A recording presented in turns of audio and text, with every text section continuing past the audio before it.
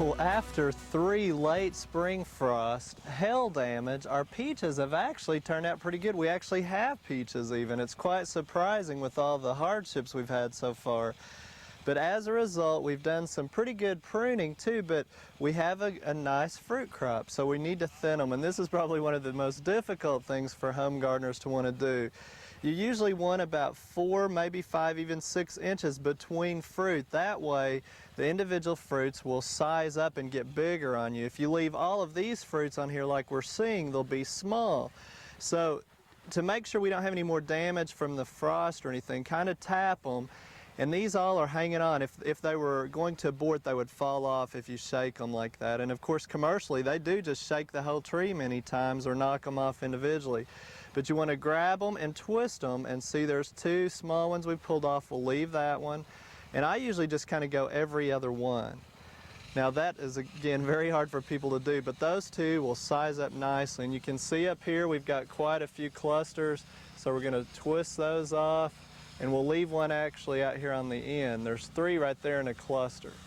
So this time of year at this size is a good time to start thinning them. And again, you'll get bigger fruit that way now that hopefully the frost have passed us up. So go out and check your fruit trees. You need to do the same with apples too.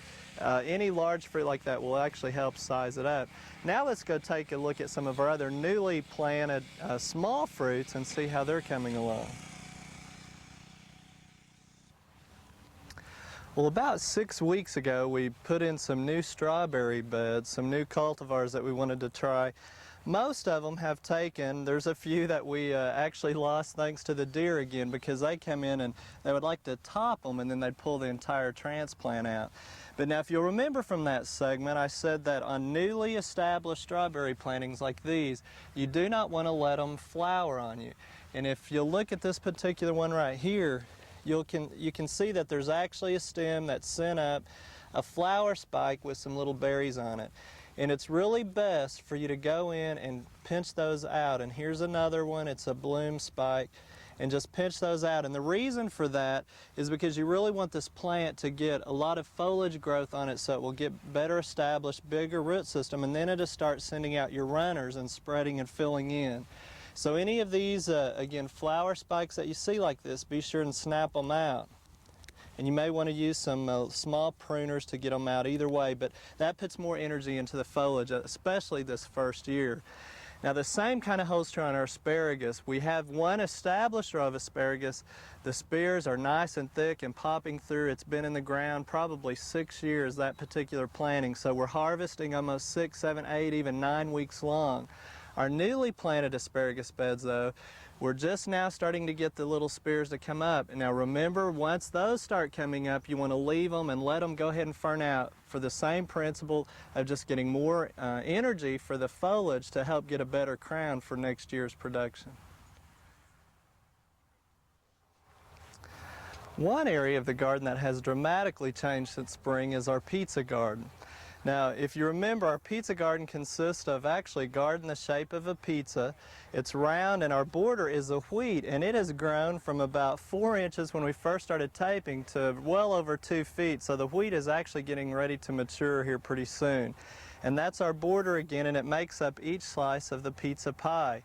Now within the pizza garden we have things like sauce tomatoes, we have garlic, oregano, peppers, various types of actually vegetables and plant material that you would find on a pizza. So this is changing, and as it matures and really gets at its peak time, we'll show you how things have done, and of course we'll take you into the kitchen with Barb and find out how to use and prepare some of those things.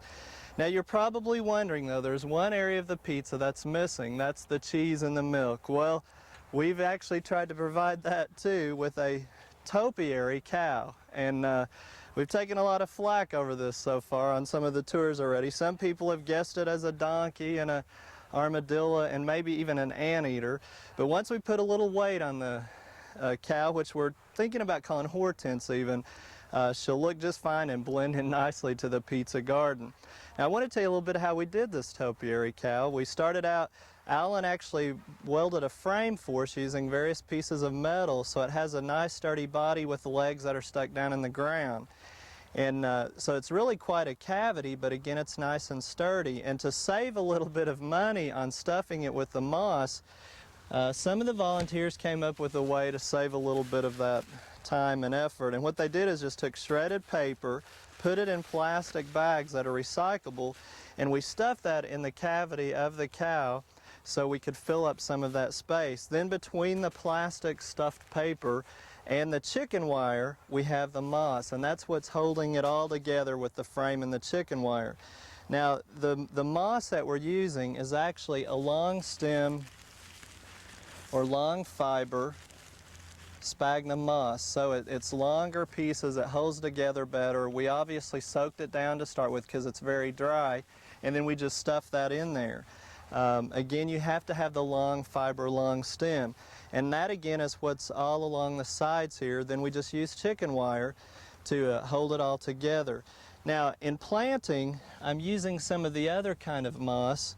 And this is just a regular peat moss that we've soaked down, and you can see it's so small it would fall out. But now that the other moss has shrank, you can come in and fill it in a little bit better, and it looks nicer and it'll still hold in. The plants that we're using are a creeping fig. And the creeping fig is vining. It's not a perennial, so it dies back. It's only an annual here in Oklahoma. And the traditional one, the leaves look a little bit more like this. But this one is actually a sport of that. It's got the crinkled curly leaves, and you can also get it variegated. And then we're just taking some wire cutters, cutting open if we've got a big root ball, planting these in, also planting some at the base of the feet. And as it begins to trellis up here at the ground, you can tie it in with some wire and get it to peg in, and it will even root into the moss.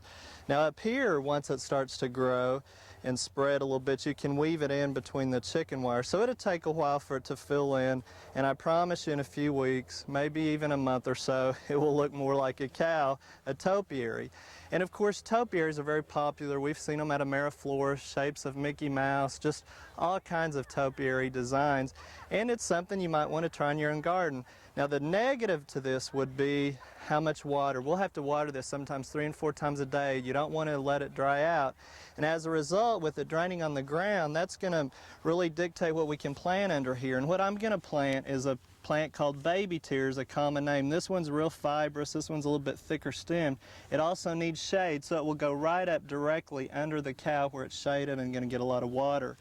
In the long run, we hope to have a drip irrigation system on this, so where it will continually drip and keep it consistently moist so it doesn't dry out.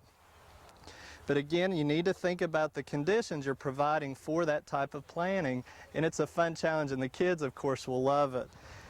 Now, speaking of kids, Mother's Day is next weekend, and this is something the kids may want to try. They can make them the gift themselves, and that's so important with kids. They like to make their own gifts, so it's kind of inexpensive. You need 4 paper bags, and you just roll the first paper bag down to about 2, 3, maybe 4 inches like we've done here. Insert a second bag, roll it down above that one, and then insert a third one. And again, you're just rolling the bag top down like this and inserting 3 bags, one after the other one. For the handle, you just take one, you cut the base out of the paper sack and roll it all the way to it, and then you just slip it over like we've done here, and that's the handle. And then you need to take some knitting needles or yarn needles, and then of course the parents or an adult may want to help on this, and you can attach it together, come up with designs. I've even seen them where they're putting the yarn right along the sides on each one, attaching them together, so it makes a nice little addition for a Mother's Day gift, especially if you put her favorite plant on the inside. Now, we've taken some of the plastic bags, stuffed them in here so it'll design it better, and it will also hold the moisture better if you have to water the plants. Again, you can match the colors up. We've used some New Guinea impatiens that are a deep red color. There's even the dark red rose type impatient that's very popular now, a double. And again, the kids can pick the favorite one. One thing I found interesting even are there are lots of chrysanthemums being sold this spring, the Prophet series, that have female names even. So you may even find a plant with the name of your mother, which would be a nice gift. So with recycling the paper bags and saving money, you can spend maybe $3, $5 on some 4-inch plants that fit in it. Makes a nice arrangement and can put it out in the garden later on. So kids, give it a try, and be sure and don't forget Mother's Day is next weekend.